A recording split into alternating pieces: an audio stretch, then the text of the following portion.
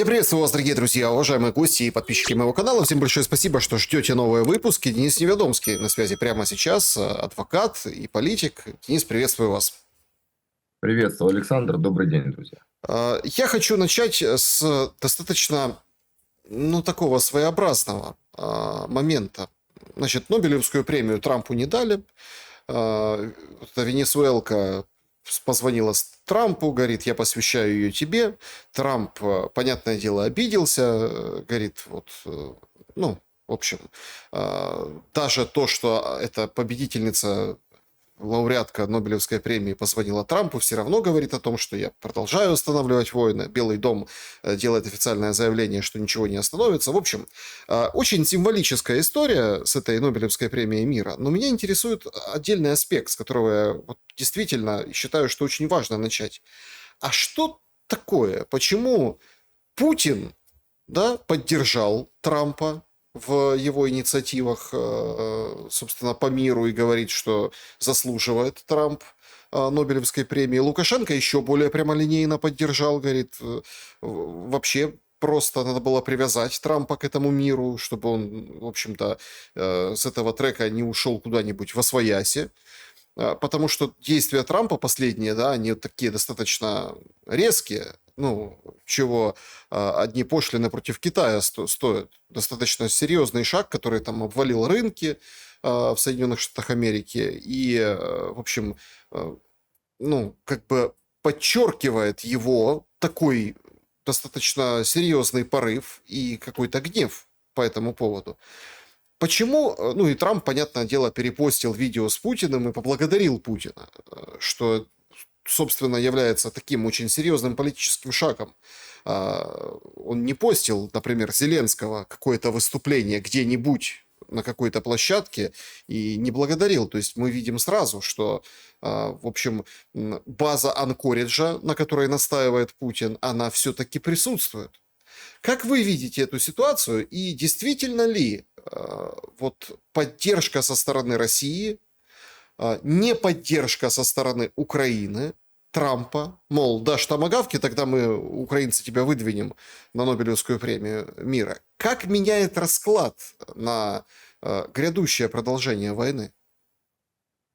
Во-первых, Трамп не первый раз репостит Путина. Помните, он в своей речи приводил цитату из выступления Путина по поводу того, что будь Трамп президентом, то войны бы не случилось. Могли бы договориться, могли бы найти точки соприкосновения и избежать той бойни, которая сейчас происходит.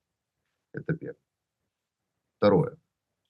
Я неоднократно говорил и повторюсь, поскольку задан такой вопрос, что для Трампа неокона, Россия и те страны, которые демонстрируют антиглобалистскую политику, они для него на сегодняшний момент союзники.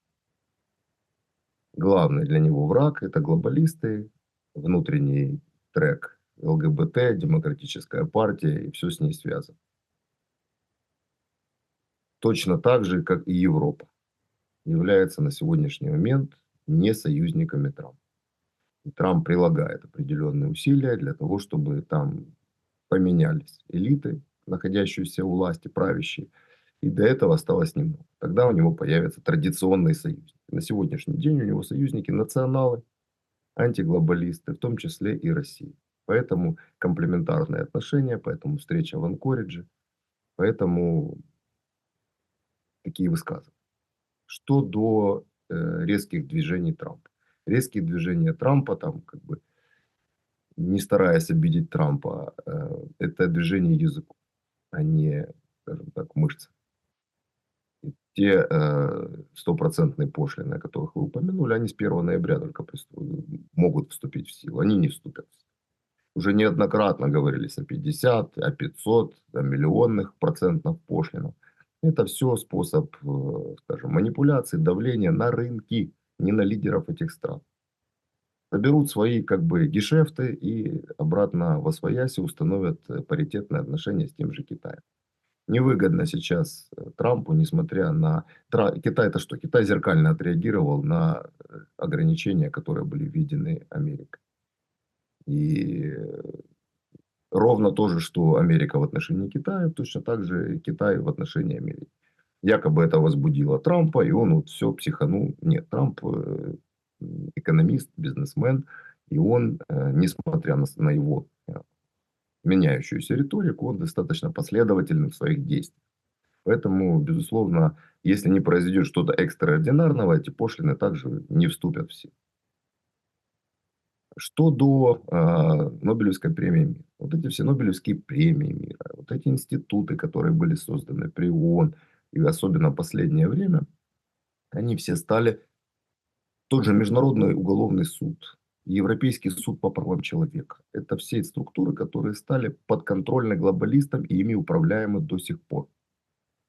Поэтому, помните, если фильм «Адвокат дьявола», финальная сцена, когда журналист меняется в лице на Аль Пачино, который, собственно, дьявола играл, и говорит: определенно, тщеславие мой самый любимый грех. Вот есть такое у Трампа, он действительно по своей природе, кроме как бизнесмен, он еще и шоумен. Он любит шоу, он любит признание, он, любит, ну, он тщеславный достаточно, честолюбивый человек. Вот, и поэтому как бы такая реакция. Но на самом деле он не мог от глобалистской структуры получить значимое какое-то признание.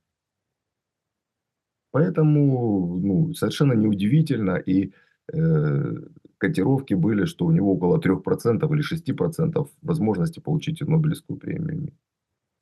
На самом деле играть по правилам глобалистов, если ты являешься их противником, это смешно. И надеяться на какое-то признание с их стороны.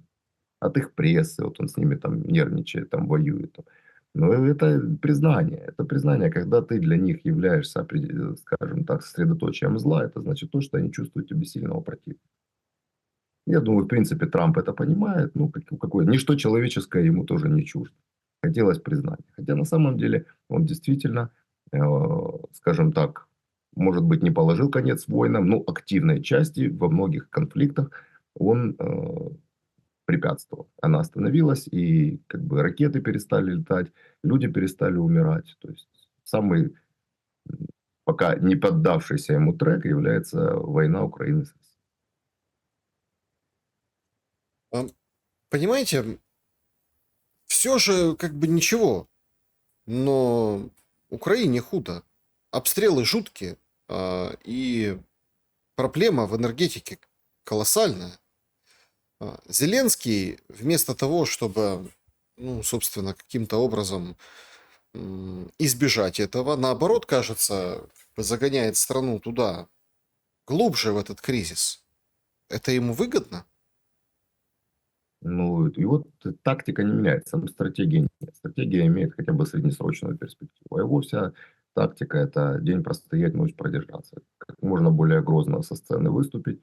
И даже, наверное, понимая обратную сторону его действий, результаты, последствия. То есть ну, он в туннеле. Я не повторюсь и не устану повторять, что его сейчас политическая ситуация, он в тоннеле, который есть только путь вперед. Ни вправо, ни влево, ни назад, потому что там сильно очень подпирают. Вот у него есть только путь вперед. И вот он тащит всех вперед, не зная куда, не зная зачем. Но сам процесс, пока он идет, он живой. Ну, в политическом смысле слова. Есть как бы какое-то движение. Трамп очень четко в этом моменте сказал: о, отлично, вы побеждаете, вы можете там Россию завоевать, отбить, и даже больше, он так сказал, там, и экономика России сыпется. Все, как вы сказали, я полностью с вами согласен, занимайтесь. Вот то же самое, что происходит. Зеленский радостно вернулся, европейцы дали денег на какую-то там на армию, на социалку, там, на все дела. То есть какое-то время возможность существовать в политическом поле у него еще есть. Вот, в принципе, отсюда вся эта как бы бойкость и бравада. Ну, с другой стороны, Россия тоже получила свой карт-бланш. Поскольку из уст главного миротворца Трампа они услышали, что вы бумажный тигр, вы ничего не сможете, вы не способны, поэтому как бы вот воюйте как можете. Вот они начали воевать как могут. И это была не новость, что вынести украинскую энергетику, газодобычу, это вообще дело одного месяца. Той тем ВПК, который Россия смогла поставить на военные рельсы, экономику свою, с количеством FPV, имея таких союзников, как тот же Китай, который поставляет комплектующие шахиды, которые подставляются Ираном и сейчас и в России модернизируются, плюс ракетное производство. То есть весь вопрос политической воли. Политическая воля армии получена, и, соответственно, она выполняется. Так а в Конечно, для чем Украины. сверхзадача? Подождите, это, кстати, очень резонансная история, что в течение месяца можно, собственно, обратить Украину в каменный век. А, Ну, давайте так. Тут везут биотуалеты Свириденко утром, а вечером она говорит, смотрите, то есть мы все починили, восстановили, воду в Киеве дали. Сейчас сегодняшнее там утреннее сообщение, что только Черниговская область, там действуют графики отключения света, то есть смотрите, как поправили все. То есть здесь идет определенный, ну вот такой процесс тоже шоу определенного, да, вот когда выходит Стерненко и говорит, у нас сейчас соревнования, да, кто кого сломает. И мы сломаем Россию, я уверен, что Россия посыпется. То есть мы же еще как бы не отвечали. А вот сейчас мы ответим и будем бить по российским городам, и их будем отключать от света, от тепла, от всего на свете. То есть соревнования, веселые старты такие, понимаете? То есть давайте, забег, вперед, побежали. Плюс я, если честно, немного обескуражен. Хотел подобрать другое слово. Выходит Зеленский и говорит, ну, ТЭЦ-5, ТЭЦ-6, вы же знаете, кто за них отвечает? Намекая на Кличко. Ну, то есть мы не можем сбивать дроны ракетами Патриот. Ну, понятно, это очень дорого. Получается, наши патриоты стоят, смотрят на дроны, а Кличко дроны не сбивает. Хотя, погоди, какой Кличко? У тебя есть военно-гражданская администрация. Это же вроде как там, да, ну там в каждом районе Киева там свой. Это как бы в стороне. Он говорит, я бы хотел, но я не хочу во время войны сеять смуту. Ну, как бы не хотел сеять смуту и посеял ее одновременно. Получается, что вот эта ситуация, это опять рассматривается не как набор, ну там, катастрофы, да, к которой мы стремимся, а как набор возможностей политических.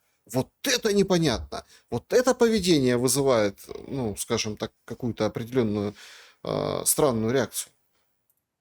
Ну, так ничего удивительного в этом нет. Если у людей нет стратегического мышления, и у них задача нацелевать 100 рублей в тикты, ну, так они ее реализуют в силу своих умственных возможностей, в силу своего мышления, какое бы он там ни было. Мы уже обсуждали, да, что есть разум, есть рассудок. Вот рассудок — это вот они тактически и мыслят, соображают, да.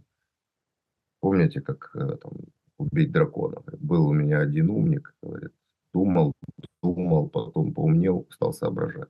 Вот они соображают, они не думают о последствиях, не думают о том, что если они будут продолжать таким образом действовать, то они власть-то потеряют и деньги потеряют. То есть видят только то, что на поверхности. Им важно сейчас вот какой-то конкретный момент, даже на крови, даже на разрушениях, вот заработать какой-то политический балл в глазах электората. То, что восстановили, ну это знаете, как боксер после тяжелого нокдауна. Он встает, там у него какое-то время есть на восстановление, но второй раз, когда прилетит, он может уже не встать.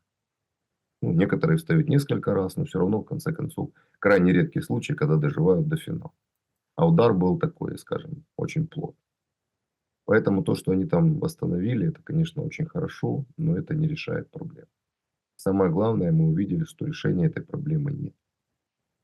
Что нет таких средств ПВО, которые могли бы эффективно защищать энергообъекты. То есть здесь вопрос-то и Безуглая тоже сказала об этом, что как бы, ребята, ищите себе зимовку вне крупных городов, потому что энергетика при желании, а мы видим демонстрацию такого желания со стороны РФ, будет вынесен. И что такое зимой отсутствие энергетики? Отсутствие воды, отсутствие канализации, это отсутствие света, отсутствие тепла, отсюда отсутствие возможностей для производства продуктов тех же. То есть, ну, логистика нарушается. Это то, что касается гражданского сектора. А то, что касается непосредственно военного сектора, оно, безусловно, и на фронт влияет. Нарушается логистика, когда нет электричества. Нарушается обеспечение тылом армии. И эти составляющие, это как карточный домик, который под основу наносится удар, и все, что как плотно бы наверху не находилось, оно все разрушается. Поэтому эта стратегия очень понятна. Они начали воевать всерьез, и последствия будут и для фронта крайне негативные, и для гражданского населения. Как долго может происходить вот эта война всерьез? И то, что вы перечислили, тут же напрашивается определенный вывод. Он такой специфический, несколько понимаю его там какую-то ангажированность, но он очень важный. Получается, если разнести условно энергетику, газодобычу и нанести вот такой существенный урон, то забирать эти территории, куда полетело, ну, смысла нет российской стороне.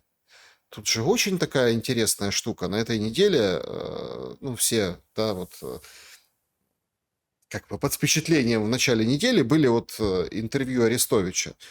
Собчак, где он говорит о том, что я бы отдал 4 области и Крым, ну и, в общем, жили бы спокойно.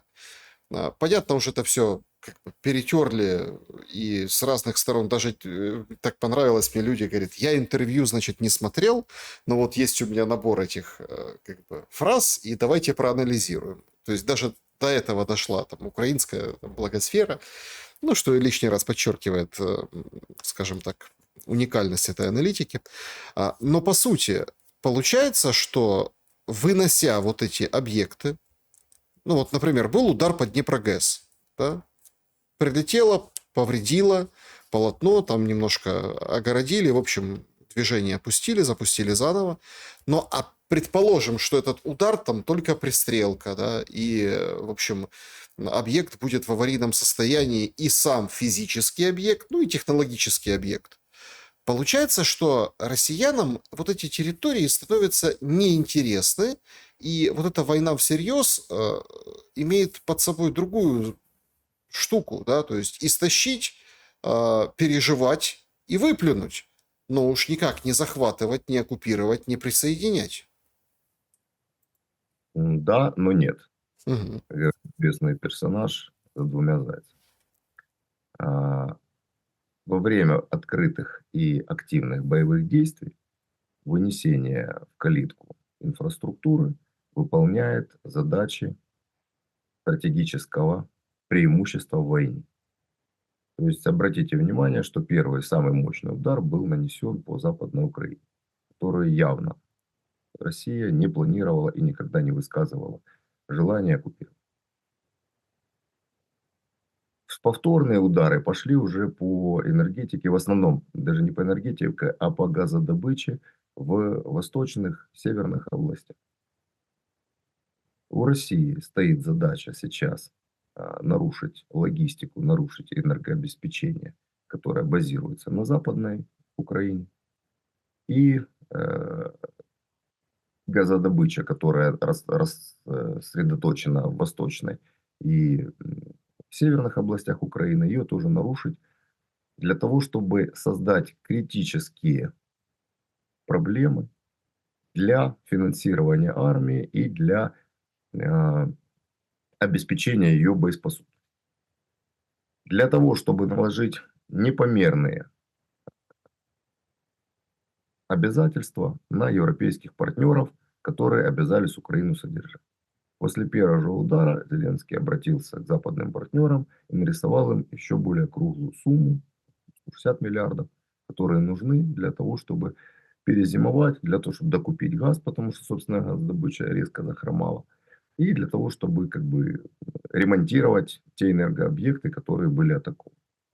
Как мы уже сегодня обсудили, защитить их абсолютно нет никакой возможности. Не существует, в принципе, такого ПВО в мире, которое было, возможно, было эффективно на протяжении длительного времени защищать энергообъекты при огромном перевесе в ударных средствах у противника. Поэтому это вопрос только накопления вот этой критической массы, когда западные партнеры скажут: окей, У нас больше денег нет, мы не можем.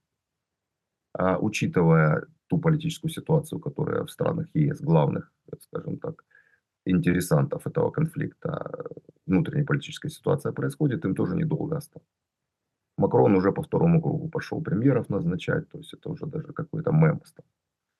Вот. Поэтому задача у россиян на момент вынести энергетику Западной Украины, прежде всего там находящуюся, создать критическое давление на общество и украинскую армию. А что касательно оккупации, значит, насколько смогут, настолько пойдут. И восстановление всех этих объектов – это вопрос денег и времени. И это вопрос решаемый. То есть мы видим по оккупированным областям, что каким образом они восстанавливают. Как только перестают летать ракеты, потому что смысл восстанавливать то, что позавтра предпринимать нечеловеческие усилия, рисковать спасателями, там, инженерами, если оно завтра опять перелетит, или сразу же второй ракетой добьет. Если оно завтра не будет все равно работать. А когда наступает мир, оно все очень быстро восстанавливает. Сразу огромный, тот самый, как жучки, огромные корпорации, огромные ресурсы задействуются. Это для всех большая возможность заработать деньги, сейчас как по газе будет. Кого там сейчас только не будет из фондов и восстановить. Как только перестает стрелять оружие, все очень быстро восстанавливается. Это природа человечества. Разрушить до основания, чтобы построить, опять развиться, выйти на какой-то новый уровень, построить лучшее, чем было, чтобы потом опять разрушить и опять пойти по новому. Точно так же будет с оккупированными областями Украины. Не люблю комментировать слова коллег, которые там высказывают свое мнение. Считаю это не совсем этичным. Но проблема здесь не Адам-4. Вот. Проблема в том, что пока не изменится подход, пока не сменятся элиты, пока не сменится понимание причин этого конфликта и более того его последствий, то хоть 4 ты области отдай, хоть 14 областей отдай, ничего не поменяется. Это предлог, эти 4 области. Это не причина. Причина – это конфронтационность проекта Украина, который сейчас является актуальным в Украине. Как только он потеряет свою актуальность, как только начнется альтернативная политическая жизнь, когда начнут работать не эмоции, а мозги, тогда не будет речи об этих 4 областях. Потому что когда есть понимание, когда есть общее стратегическое цивилизационное понимание, тогда нет вопросов в границах, нет вопросов в пограничных столбах. Когда есть общее пространство, то неважно, кому будет принадлежать какие области. Вот если бы смогло руководство Украины там, в какой-то момент чуть-чуть из блиндажа вылезти и посмотреть, может быть, это дало возможность бы и ими каким-то образом сберечь себя в политической жизни и в новом геополитическом ландшафте. Ну, поскольку они в туннеле, я думаю, что у них такой возможности и желания нет. По поводу конфронтационности проекта, кажется, что... Вот я хотел бы, кстати, ваше мнение об этом услышать. Это прям очень интересно. Рождаются новые и новые герои у этой саги, да? Саги профессиональных украинцев. Ну вот, понятно, что он всегда такой был, но находится опять, собственно, место изречением вот Кашулинского, который говорит, что русскоязычным нужно отказывать в правах, в общем, гнать отовсюду, работы не давать, забирать там все на свете, все права и так далее, и так далее. И вот казалось бы, да, уже от всех мы это так или иначе услышали, но всегда появляется кто-то новый, кто-то другой, да, который еще более ярко врывается на это поле. Там всегда появляется какая-нибудь Мандзюк, которая там говорит про русскоязычных детей, которых надо бить, напяливает худи с изображением Бандеры и мчится в Польшу. Всегда кто-то есть. Получается, что это такая неистребимая история. Сегодня тоже прошла новость, но она как бы сегодня, вчера, то есть на днях, да, список представил Институт национальной памяти, так или иначе связанных с Россией, с Российской империей, лиц, которые нежелательны. Причем там очень интересно, есть лица, которые как бы, к которым нет претензий, а есть лица, к которым есть претензий. И там кого только нет. Слушайте, и там первооткрыватель Дежнев, который там море Баренцева открыл, и открыватели Антарктиды, и, в общем, Глинка, который гимн написал российский, ну, тот, который предыдущий был до советского, когда вернули, да, и, в общем, и вот эти все моменты, там, кому есть претензии, кому нет. Почему эта система, ну, постоянно перерождается? Вот, вот смотрите, вот идет определенное противоречие. Нам говорят, значит, образование на ничтожно низком уровне, да, то есть, ну, получается, если ты не образованный, если ты не понимаешь, кто такой Глинка, да, или какой-нибудь там мореплаватель, или еще кто-то, ну, то есть, если ты не знаешь, то какое тебе дело вообще, в принципе, причастности к тому или иному, скажем так, периоду, к той или иной стране? А получается, что все-таки образование имеет значение, потому что списки появляются, и как из пулемета фигуры исторические выстреливают. Ну, во-первых, Кошелинский никакой не новый. Тут вопрос в том, что уже начинают как бы из нафталина доставать. То Ющенко достали, то Кошелинского теперь достали. Э, Говорят они, как попки, одни вещи. Разными словами, но в принципе одни и то же. Они этот самый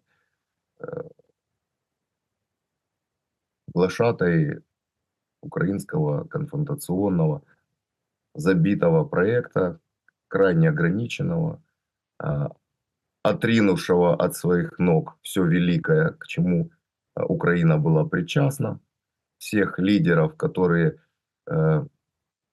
разных сфер, искусства, литературы, науки, то есть государственного управления. То есть они от всего этого отказываются для того, чтобы показать свою собственную хуторскую сущность. У вас может быть 10 образований, вы как были хуторянином, так и остались. Потому что стратегического мышления у вас нету, у вас эта мышца не тренирована. И тренировать его не хотите, потому что это опасно для вашего мирка, который вы себе создали. Что касается появления новых, новые не появляются. Они сидят, это просто чистая спекуляция на актуальности процесса. То есть чистый хайп. Ну, я даже не могу эту Мандзюк ругать. Я не могу даже и там ее обозвать, потому что она в своем понимании очень четко уловила момент. Она монетизирует вот эту ненависть, которая сейчас превалирует в общественных отношениях в Украине. То есть она словила, кто ее знал, кому она нужна была. Там, ну, смотрят там ее там 5000 сумасшедших, которым что там она, я не знаю, чем она был, бьюти-блогер или кто она был. И тут она резко решила себе, скажем так, повысить читабельность, аудиторию. И она на этом сыграла. Там. Я не думаю, что у нее даже убеждения такие. Ну, просто чистые зарабитчане. Они все не понимают, что они рубят сук, на котором сидят. Своими словами, своими высказываниями. Зарабатывая себе там какую-то небольшую копеечку на сегодняшний день. Они уничтожают собственное будущее. Вот коллективными своими руками. Коллективная мандзюк.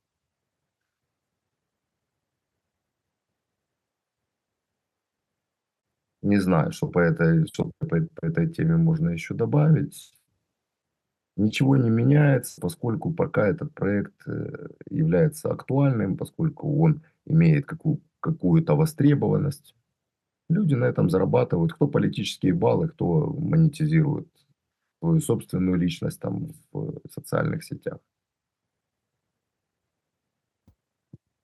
Денис, просто я почему это, ну, скажем так, выставляю во главу угла? Ведь нам же нужно понимать, а что будет дальше. Ну, то есть те люди, которые нам говорят о каком-то ну, там, разрешении. Вот сейчас, например, это же сенсационная новость. Вот прям сенсация. Украинский МИД поддержал на время зимней Олимпиады перемирие. Представляете? И говорит, да, мы за то, чтобы в феврале было перемирие. Ну, то есть это официальное сообщение, есть предложение, оно как бы это не работает, да, и в Париже Макрон тоже во время летней Олимпиады, ну, мы помним, да, вот он предлагал, мол, давайте, так сказать, олимпийский дух, все дела, в общем, нет войне, спорт, ничего не получилось. Но тем не менее. Нам пытаются как бы выставить определенные флажки, определенные горизонты. Но мы же все прекрасно понимаем, что война-то должна закончиться, и все должно разрешиться. А как потом будет? Вот появляется опять там Залужный.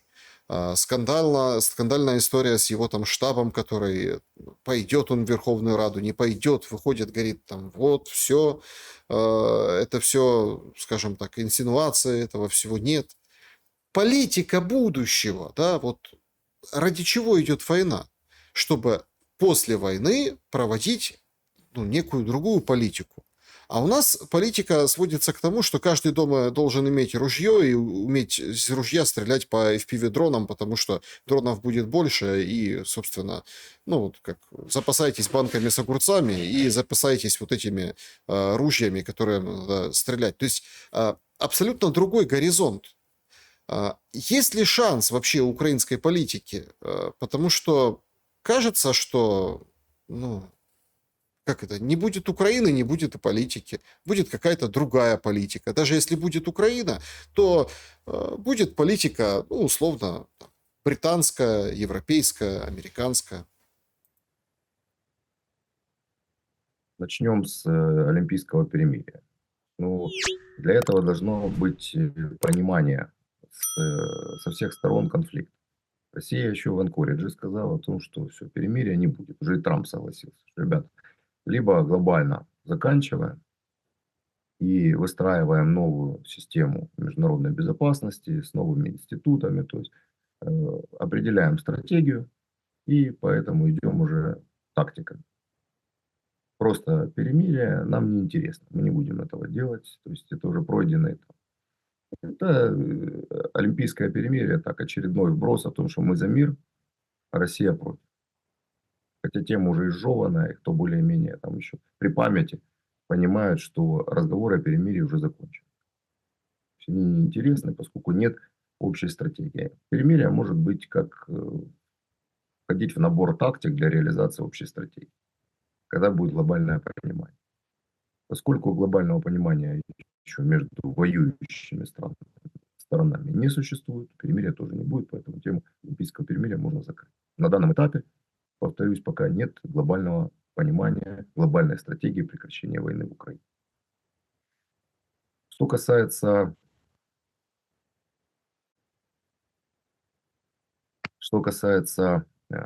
формирования стратегии внутри Украины, которую там власти пытаются людям навязать, рассказать о том, что там ваша задача с малычку учить детей воевать, то это, скажем так, антистратегия. Таким образом, вы ни нацию не мобилизуете, не объедините людей вокруг себя, не добьетесь никаких задач, никаких успехов. То есть вы фактически превратите огромную страну в центре Европы, по существу в газу, в котором цель и задача уничтожения соседа. Фактически то, о чем говорится, это цель уничтожения соседа. И соответствующими результатами, которые мы видим. Когда вот сейчас сосед начинает уже воевать всерьез. И выносить инфраструктуру, выносить энергетику для того, чтобы населению было не до того. Вкратце так. Вообще, конечно, пока вот в Украине война, пока вот это, скажем так, мы пытаемся понять, а что будет дальше, важно понимать то, что сейчас есть. Сегодня приходят новости о том, что, вот тоже, да, сфера такая специфическая. В общем, найден мертвым в своем автомобиле криптоблогер украинский, известный. Кудо, да, его там зовут. И, Константин Ганин, да, трейдер, блогер, в общем, криптовалюта, инвестиции, все дела. Полиция там расследует, завели дело с пометкой самоубийства. И это в Оболонском районе нашли, собственно, это скажем так, его тело. Потом видео нашли, где он там рассказывает о том, что это все как бы деланная картинка. Если так копнешь немножко, поскрести пальчиком, то там эти все дорогие тачки у многих в лизинге, и, в общем, это все деланная история. Но приходит очень интересная как бы деталь, что этот крупный криптоинвестор накануне своей смерти сталкивался с давлением с украинских силовиков, и они вымогали якобы из него долю с его криптоопераций. Причем какая-то, ну вот лютая история, но в которую, в принципе, нормально можно себе и поверить. Потому что все там блогеры, все вот эти люди, которые, ну, в общем, зарабатывают новые деньги, а это как бы ну, новая день, новый способ заработать. То есть это же не какой-то человек, который взял и построил свечной заводик, да, и там трудоустроил людей и, собственно, продает свечки. Нет, это абсолютно новая история. Они все на карандаше у спецслужб. И тема с тем, что там давай делай сбор, а деньги отдашь куда нужно, это как бы такая уже привычная история, об этом давно говорят.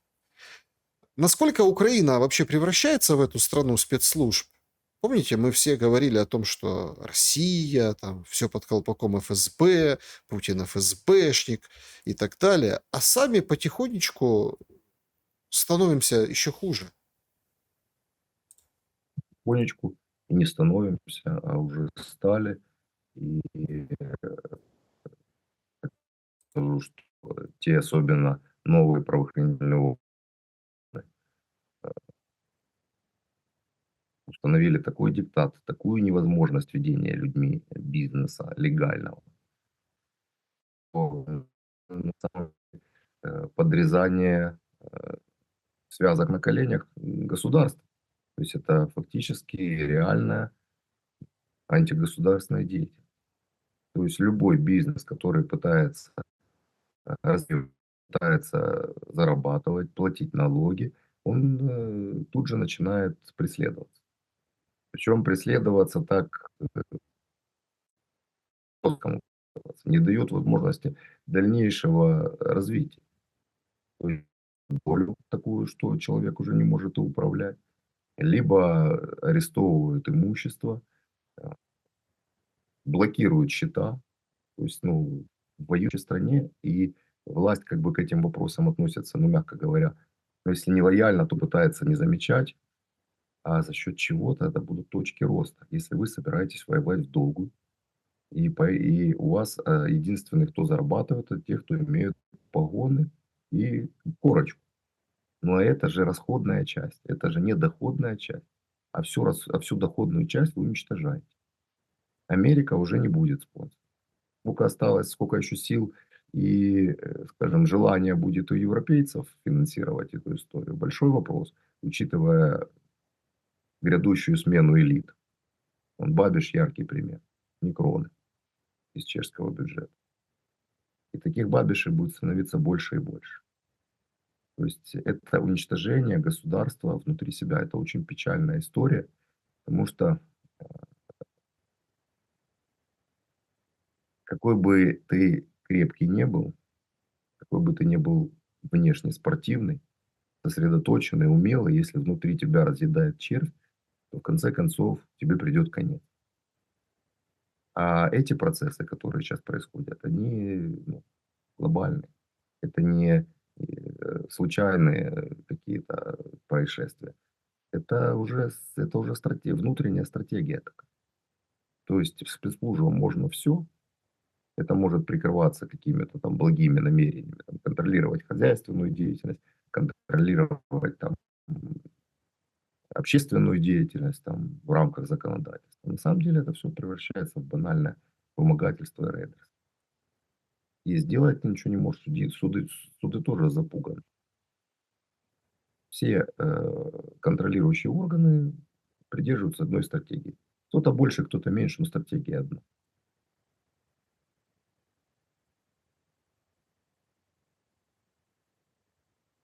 Просто есть определенный, ну, подтекст в этих всех действиях.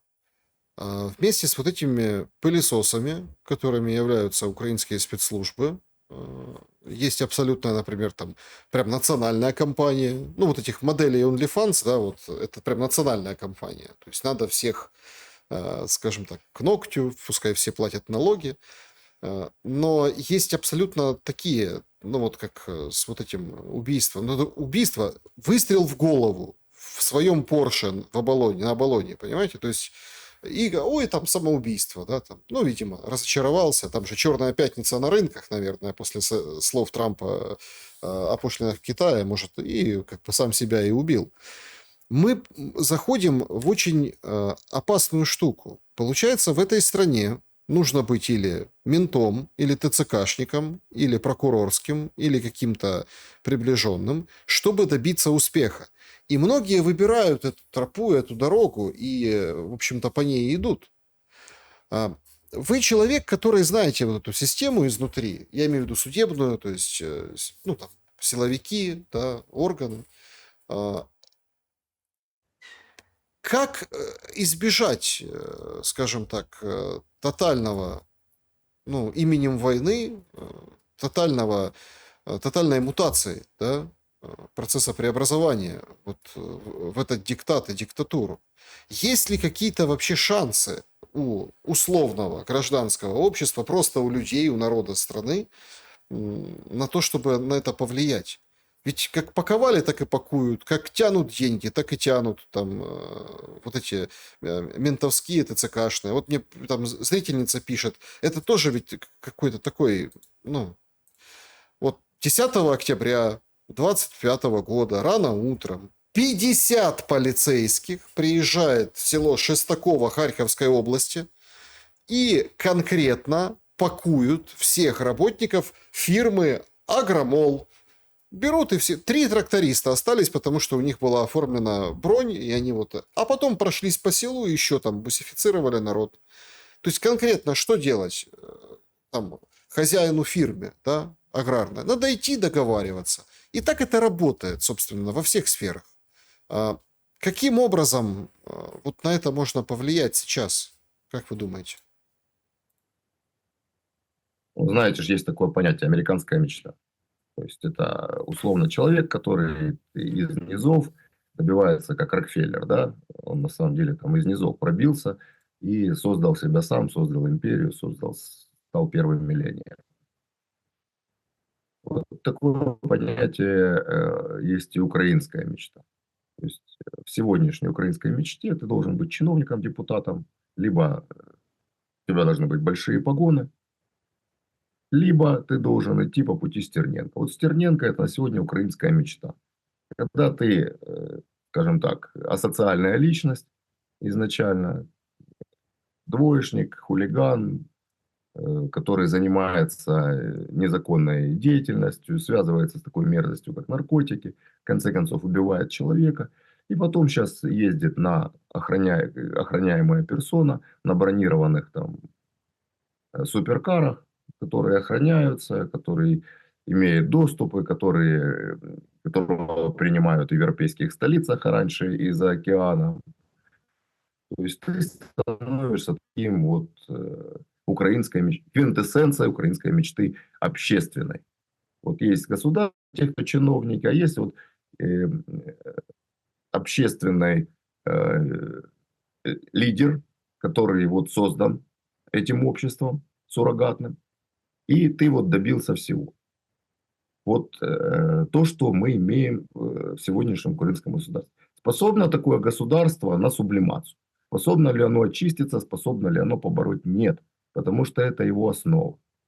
Потому что если этого не будет, вот то, что сейчас происходит, то не будет уже и этого государства. Почему я и говорю о том, что уже пора задумываться о переучреждении, о новом социальном договоре, новой национальной идее, на выстраивании компромисса между регионами, на переформатировании общественного диалога, где государство не будет тотальным в плане установления правил. Тоталитарное государство его диктует, тотально устанавливает. Вот государство не должно быть тотальным, то, которое новое, придется здесь все равно делать. И не будет тогда чиновник главным действующим лицом государства. Не будет тогда такой человек, как Стерненко, лидером общественного мнения, условно, Украины. Не будет суррогатное общество, выращенное в соросовских пробирках, представлять гражданское общество. И все суды, государственные структуры, национальные советы, они не будут подчинены чьим-то недобросовестным зарубежным интересам. Вот это единственное решение, которое может быть этой проблемой. А так это все будет усугубляться до того момента. Проблема этой структуры, что она сама себя съедает. То есть оно до какого-то момента оно себя защищает, формируя жесткий диктат, вертикальное подчинение, но из-за ее гнилости, из-за неправильных моральных, нравственных установок она сама себя съедает, как скорпионы в банке. Поэтому выбора у нас другого нету, кроме как переучреждения государства на новых принципах.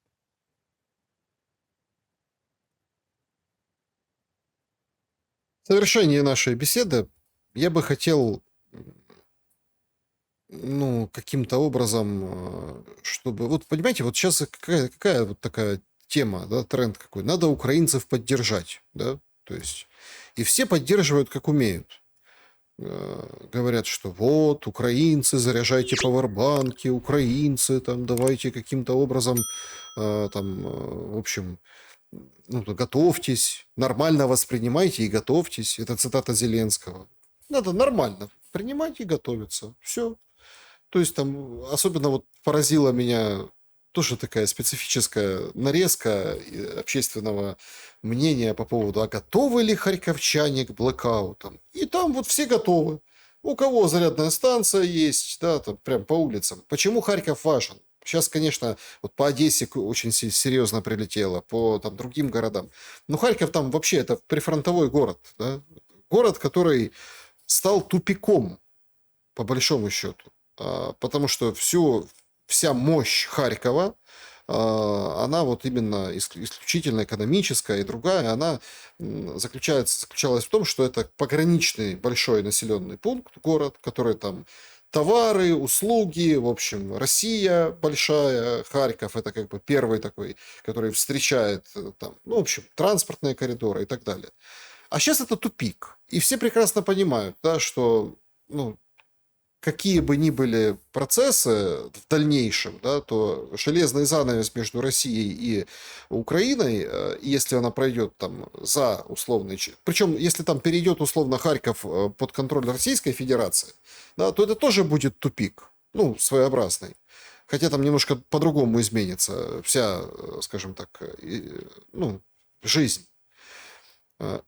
И вот харьковчане говорят, а мы никак не готовимся, а у меня там пауэрбанки, а ничего страшного, можно в метро спуститься, и там есть розетка.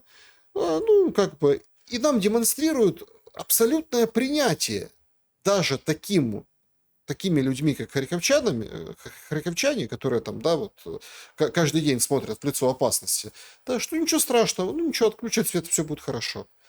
А вот смотришь на эти материалы и думаешь, а что их вообще украинцев поддерживать? Смотрите, у них все хорошо.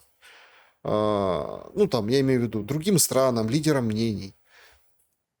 Что не так говорит власть по отношению к грядущей зиме своим гражданам? Как бы вы ответили на этот вопрос? Ну, как говорил великий оратор современности Виталий Владимирович Кличко, время готовится к земле.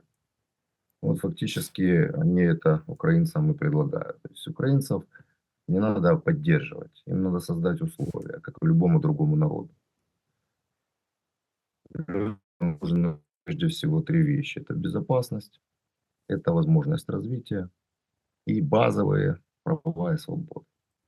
Базовые права и свободы. Все то, чего украинцев лишили. Когда ты птице обрезал крылья, э, ощипал, и ты предлагаешь ей как бы лететь и говорить, давай, молодец, мы в тебя верим, такая птица уже никуда не полетит. Что касается Харькова, поскольку это мой родной город, и это как бы отдельная боль, очень большое за последнее время появилось смещение демографического контингента.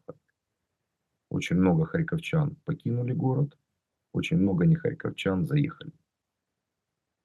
Харьков действительно по его геополитическому расположению это вообще квинтэссенция Украины. Вот как Украина для Европы, так Харьков для Украины. Он может быть или суперхабом, торговым, промышленным, экономическим, финансовым, научным, образовательным. Так также может стать очередной фортецей. Полем боя, которое будет сноситься, которое будет уничтожаться. Экономический и научный потенциал Харькова практически уничтожен. И из Харькова, который действительно до 2013 года был процветающим и крайне перспективным для развития и для просто места проживания. Я помню, рейтинги были, Харьков был в лидерах, по-моему, даже в тройке самых комфортных городов для проживания в Европе. То есть это действительно был комфортный город для жизни. Сейчас этого потенциала от него и следа не осталось. То есть его превратили фактически в форпост, в стену китайскую, об которую должны будут разбиваться армии, и который будет находиться постоянно под обстрелами, и в который никогда не придут инвестиции. Потому что инвестиции приходят только там, где мир, где перспектива. А там, где рвутся снаряды, летают ракеты, там могут инвестиции быть только в бетон, в который там этот город вместе с жителями закапывал. Поэтому это все такое очень цинично звучит, поддержка украинцев. Для того, чтобы украинцев поддержать, их не надо поддерживать. Им не надо платить там какую-то там социалку там 3-копеечную. И то же самое касается как коренных, так и ВПО. Дайте людям возможность безопасно строить свою собственную жизнь. Государство в этом случае должно выступать арбитром справедливым между гражданами, между обществом и государством, регулировать это при помощи таких институтов, как суды, как правоохранительная система, а не силовики, не как спецслужбы. А спецслужбы должны обеспечивать исключительно национальную безопасность. Тогда люди сами построят ту жизнь, которая им нравится, и они не захотят уезжать. Вот этот кейс ай-яй-яй 1822, это плохо, даже работодатели кричат, надо всех вернуть или дальше не выпускать. Да вы с ума сошли. Вы вообще как бы что строите?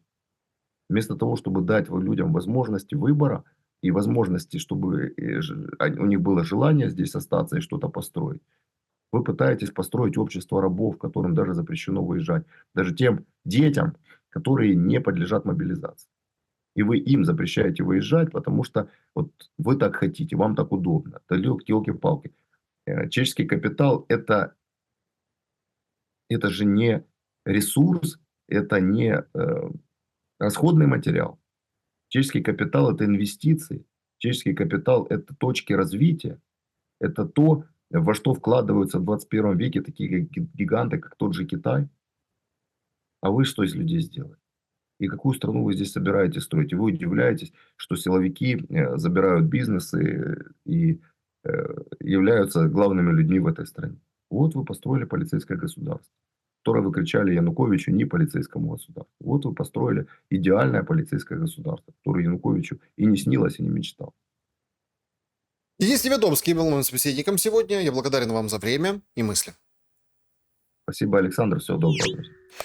Подпишитесь, пожалуйста, поставьте лайк этому видео и напишите в комментариях, что думаете. А самое главное, берегите себя и друг друга. Увидимся. До скорого.